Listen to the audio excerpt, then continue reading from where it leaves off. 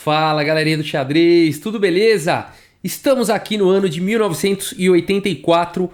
O campeão mundial aqui é o Anatoly Karpov e venceu, portanto, o match que a gente viu contra o Korchnoi, né? Por duas vezes, se manteve aí como campeão mundial. E agora o Garry Kasparov, também da União Soviética, aluno também da escola de Botvinnik. Inclusive ele foi ali talvez o mais novo jogador campeão da União Soviética aos 16 anos, conseguiu o título de grande mestre aos 17 anos, e aqui em 84 ele, para desafiar o Karpov, venceu o torneio de candidatos. Teve que passar por cima de Smyslov, Beliavsky e Korchnoi, tá bom? Então ele passou por cima de toda essa galera, venceu o torneio de candidatos e ganhou o direito aqui de disputar contra o Karpov, o Anatoly Karpov. Vamos dar uma olhada numa partida então desse match, que é um dos duelos mais... talvez o duelo mais longo, mais significativo aí da história do xadrez. Eu vou comentar aí depois do vídeo também muitas coisas interessantes aí sobre esse match. Vamos dar uma olhada aqui nessa partida. O Karpov, então, dotado de um estilo posicional, né? Fantástico, contra o Kasparov, que é alguém com um xadrez muito agressivo, muito dinâmico. Vamos ver quando essas forças se juntam no tabuleiro, o que acontece. O Karpov aqui abre com D4, peão da dama. Temos D5 aqui pelo Kasparov, C4, E6. Então recusando aí o gambito da dama. Cavalo em F3 e aqui o Kasparov vai para a variante Tarrasch aqui, a defesa Tarrasch com C5, que é bem agressivo, né? Bem ao estilo aí do Kasparov. C toma D5, E toma D5, G3, cavalo em F6, bispo G2, bispo E7, roque e roque. Cavalo C3, cavalo C6, ambos aí completando o desenvolvimento de suas peças. Agora o Karpov precisa desenvolver o bispo de casas escuras, o natural bispo G5, e aqui o Kasparov joga com C toma em D4 e cavalo toma em D4. E aqui o Kasparov tem, portanto, um peão isolado, que é bastante comum aqui na defesa Tarrasch. Isso acontece bem, não é ainda um problema, né? Inclusive é o tema mais difícil de se entender no xadrez, é a questão do peão isolado, né? Até que ponto ele pode te fortalecer, pode criar oportunidades, até que ponto ele pode se transformar numa fraqueza, né?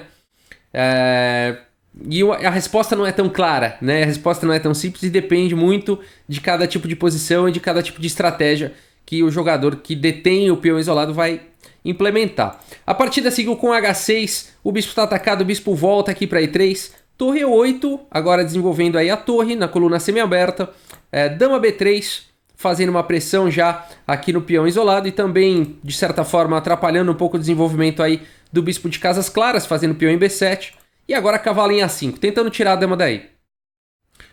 Dama C2, e agora desenvolvendo então o bispo aqui com o bispo em G4, né? De G4 esse lance pode parecer estranho, né? Mas vamos olhar aqui, não tem muitas casas boas, né? Em D7 você está bloqueando aqui a tua dama, né? Em E6 o cavalo pega, em F5 o cavalo pega, em G4 é um lance interessante. E ele poderá manobrar via H5, G6, né? E pegar essa longa diagonal aqui, que também seria interessante, tá? Então o bispo G4 foi jogado e agora cavalo F5 aqui pelo Karpov. Atacando o bispo de casas escuras. O Kasparov não está muito interessado aí em se defender e ele vai para esse lance torre C8, um lance bem ativo, né? Colocando aqui a torre na mesma coluna da dama, cravando aqui, portanto, o cavalo, né, de C3. A partida seguiu com o bispo D4 pelo Karpov e agora o Kasparov vai para o lance muito legal aqui, o lance do Kasparov. É um lance bem ativo também, bispo C5, tirando o bispo aqui do ataque do cavalo e propondo aqui a troca dos bispos, né? A partida segue com o bispo toma C5, torre toma C5. E à primeira vista, né, essa posição aqui, todo mundo, muitas pessoas imediatamente pensam no lance B4, né? Claro que o Kasparov calculou tudo isso antes de jogar bispo C5 e cair numa posição dessa, né? Mas é interessante notar que o Karpov, se ele jogasse aqui um lance com o B4, que não foi o lance jogado, com a ideia de dar um garfo aqui o Kasparov teria o recurso de bispo toma em F5, né, atacando a dama. E aí depois de dama toma em F5 tá caindo aqui em C3, né? Torre toma C3. E aí aqui seria uma posição melhor para as pretas, inclusive, porque depois de peão toma cavalo, dama toma aqui Opa, desculpa, tem um lance melhor aqui, ó. Torre toma em E2, tá bom? E aí com uma torre na sétima seria uma posição fantástica aí para as negras, tá? Então, legal, né? Essa variante aí. Por isso que depois então de torre toma C5, o Karpov não foi para o lance B4 e jogou com cavalo em E3. Então, agora sim, parece que está aqui fazendo uma pressão em G4, né? O bispo tem que sair daí, bispo E6. E agora parece de novo, né? Que o Karpov tem a possibilidade de jogar aqui o lance B4. E na verdade não funcionaria também, tá? Porque depois de B4, mais uma vez dando um garfo aqui, poderia ser jogado simplesmente o lance torre C8. E depois de B também A5, D4, dando também o seu garfo, né? E aproveitando que esse cavalo de C3 está cravado. Ah, Rafael, mas aqui o Karpov poderia jogar torre aqui na coluna D, cravando o peão. Olha que interessante, gente. Tudo isso o Kasparov teve que calcular antes de jogar lá com bispo em C5, hein? Aqui, depois de torre de F em D1, poderia se continuar com dama toma em A5. E agora atacando aqui mais uma vez o cavalo. E depois de torre toma em D4, por exemplo, torre toma em C3. Uma posição bastante equilibrada a gente teria no tabuleiro, tá?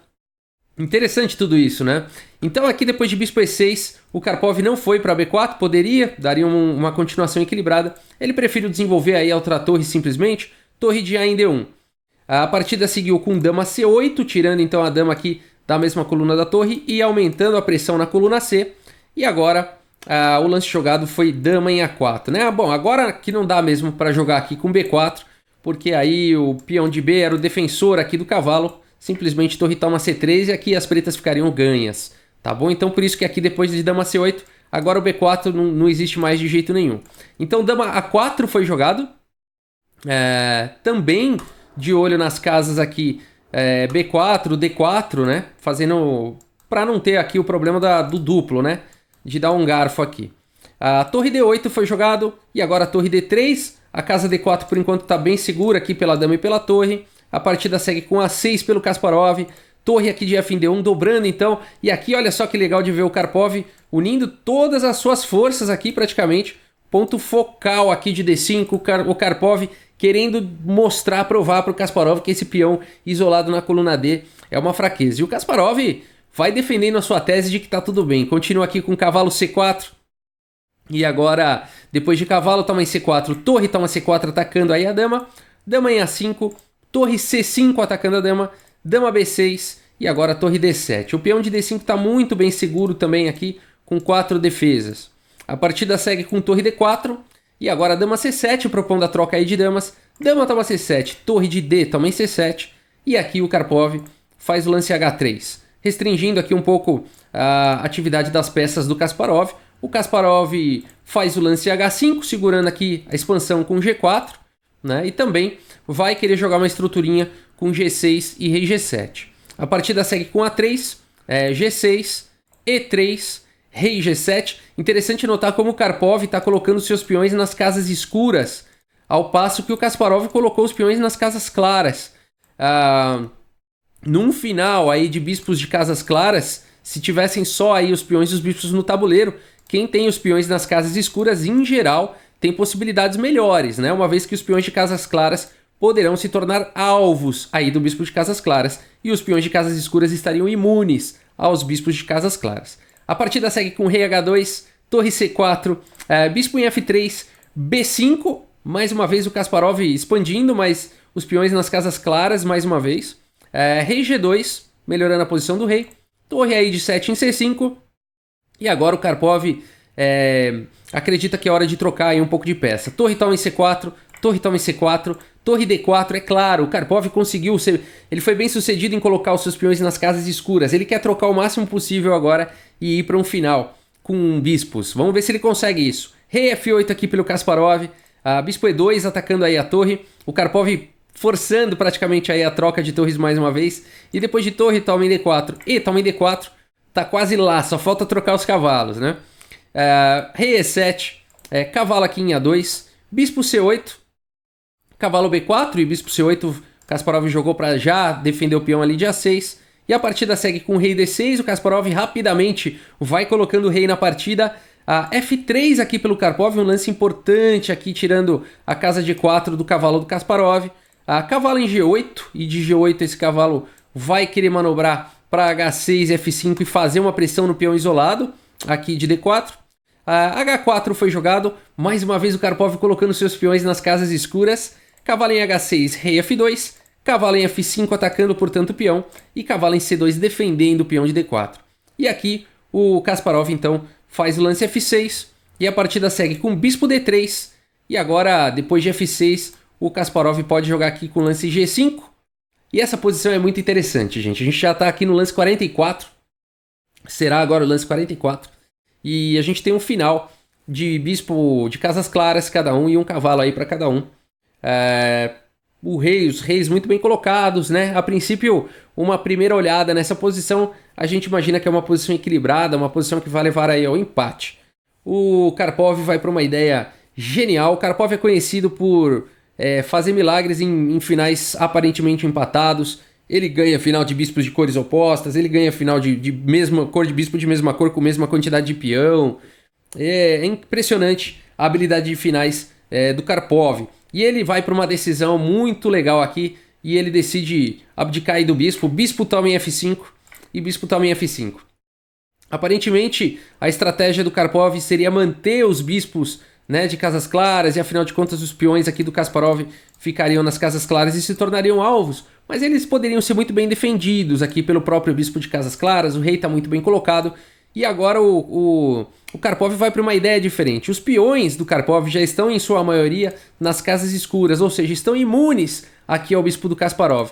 E o cavalo, a gente sabe que cada lance que ele faz ele alterna, né? Se ele está numa casa clara, ele ataca as casas escuras, e quando ele se move vai para uma casa escura e ataca as casas claras. Significa que ele pode percorrer todas as casas do tabuleiro, ao contrário do bispo, que percorre metade.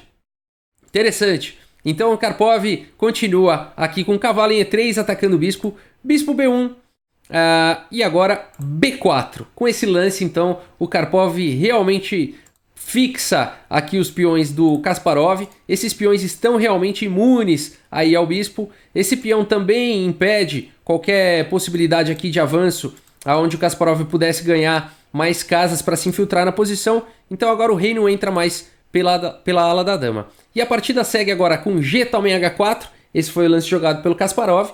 Vez do Karpov, acabou de ter um peão capturado. Qual é o lance que a gente pensa que o Karpov vai jogar aqui nessa posição? A gente pensa que o Karpov vai recapturar o peão, afinal de contas acabou de ter um peão capturado.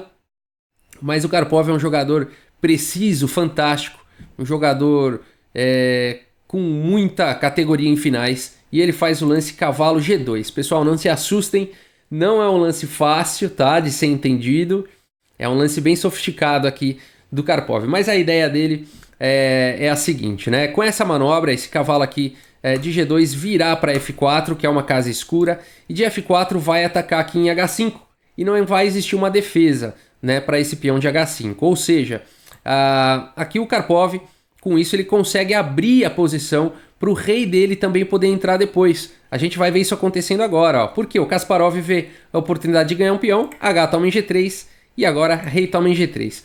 Com isso, o Karpov conseguiu uma manobra do rei poder se infiltrar na posição, né? Esse peão de H5 vai cair, ele vai recuperar esse peão logo, né? Não tem como segurar esse peão e ele vai conseguir. A estratégia, a grande questão é, será que o Karpov vai conseguir levar esse cavalo aí lá pro outro lado, né?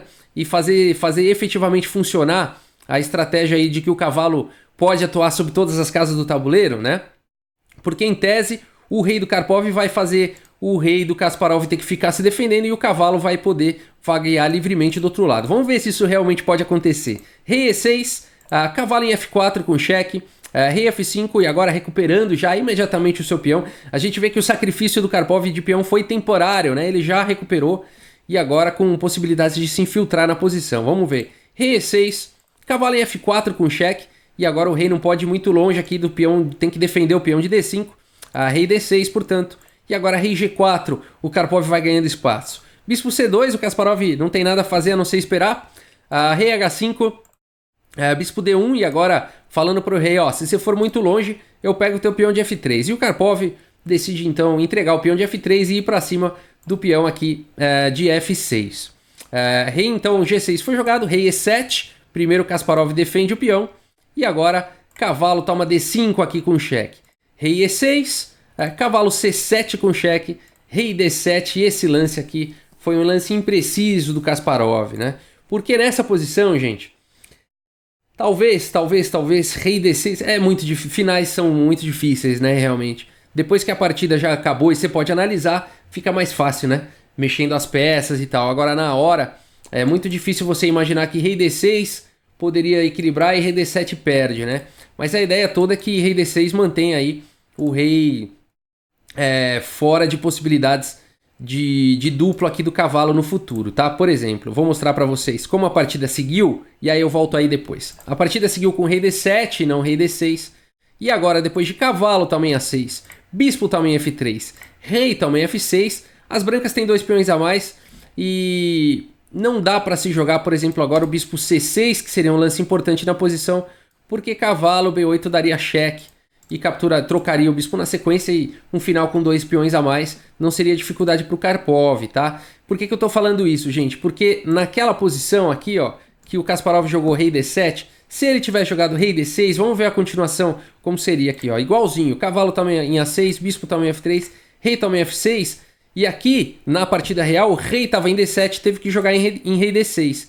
E nessa continuação, o rei já está em D6 e você poderia jogar um lance aqui com o bispo C6, tá bom? E aí tenderia ao equilíbrio aqui essa posição com rei F5, rei D5, cavalo C5, rei também D4 e muito provavelmente um final empatado aqui, tá bom? Mas é muito difícil é muito anti-intuitivo você ver que rei D6 é o melhor lance e rei D7 é errado, né? Vamos ver como seguiu na partida. Rei D7, cavalo também A6, portanto bispo também F3, rei também F6, rei D6, perdendo aí um tempo valiosíssimo da posição. E agora rei F5, rei D5 e agora rei F4 ainda vem com um tempo sobre o bispo, né? Então aí é o problema todo. O rei vai conseguir vir para E3 defender o peão. O bispo tem que sair daí, bispo em H1 e agora rei E3. E agora o Karpov tem 2 peões a mais aí contra o Kasparov. Rei C4, quem sabe o rei do Kasparov consegue entrar na posição e pegar esses peões. Cavalo C5 não permitindo aqui a entrada do rei do Kasparov na casa de B3. E agora o lance jogado foi bispo C6, cavalo D3, bispo aqui em G2, cavalo em E5 com cheque, rei C3, cavalo G6, olha a manobra aqui do Karpov, impressionante, rei C4, cavalo em E7, bispo B7, cavalo em F5 e agora ameaçando aqui cavalo em D6 com cheque, bispo G2, cavalo D6 cheque, rei B3 e aí o cavalo toma aqui em B5. O Kasparov ainda tenta mais um pouquinho aqui com rei A4, mas depois de cavalo D6 o Kasparov abandonou a partida. Pessoal, essa aqui, se eu não me engano, foi a rodada de número 7 do match. E, bom, por que abandonou aqui? Daí eu já falo sobre o match. Por que abandonou aqui? Bom, aqui são 3 peões, né? Contra nenhum. Rafael, mas dá pra capturar aqui, né? Aqui você poderia ir simplesmente avançando o peão, tá?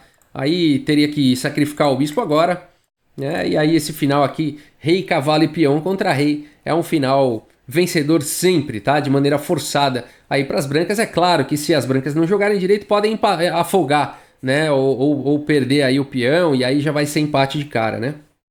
Mas existe vitória de maneira forçada, tá? Não tem como as pretas segurarem se as brancas jogarem certinho.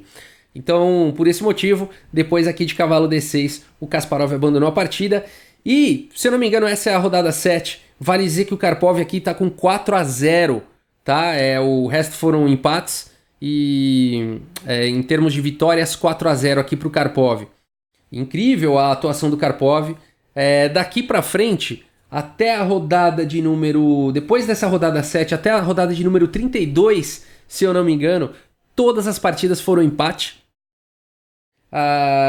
Foi até a 32 ou até a 27, se eu não me engano. Enfim, deixa eu ver se eu tenho essa informação aqui. Aí fica mais certinho para vocês. Foi até a 27, tá? Até a rodada 26 foram todos os empates. Na rodada 27, o Kasparov perdeu de novo. E aí, mais um monte de empate até o jogo 32. E na rodada 32 foi a primeira vitória do que o Kasparov conseguiu contra o Karpov. Vocês conseguem imaginar isso apenas na rodada 32, né? E aí, enfim, o match continuou, mais 14 empates sucessivos até o jogo 46. E aí, no lance 46, Até só uma curiosidade, até então o match mais longo mundial que havia existido foram de 34 partidas entre Capablanca e Alekhine. Aqui a gente já tá falando do jogo 40, da rodada 46. Olha pra vocês terem noção da força aí desse match, né? Um match realmente histórico. E aqui então, nas rodadas 47 e 48, nas duas últimas, o Kasparov venceu as duas seguidas. E o Kasparov, então, começou a se sentir realmente confiante. E o match está 5-3 a favor de Karpov. E longe de terminar, né? Se não me engano, era o primeiro a chegar em 10 vitórias, que seria o campeão aí do match. E o que aconteceu, gente? Até chegar nesse ponto, 5 meses se passaram. O Karpov perdeu 10 quilos. Vocês terem noção, durante esses 5 meses o Karpov perdeu 10 quilos, tamanha a intensidade, né, de saúde que é necessária para um match como esse. E o Kasparov não, o Kasparov continuava fortão e tal. E aí aconteceu uma das coisas mais polêmicas aí da história do xadrez.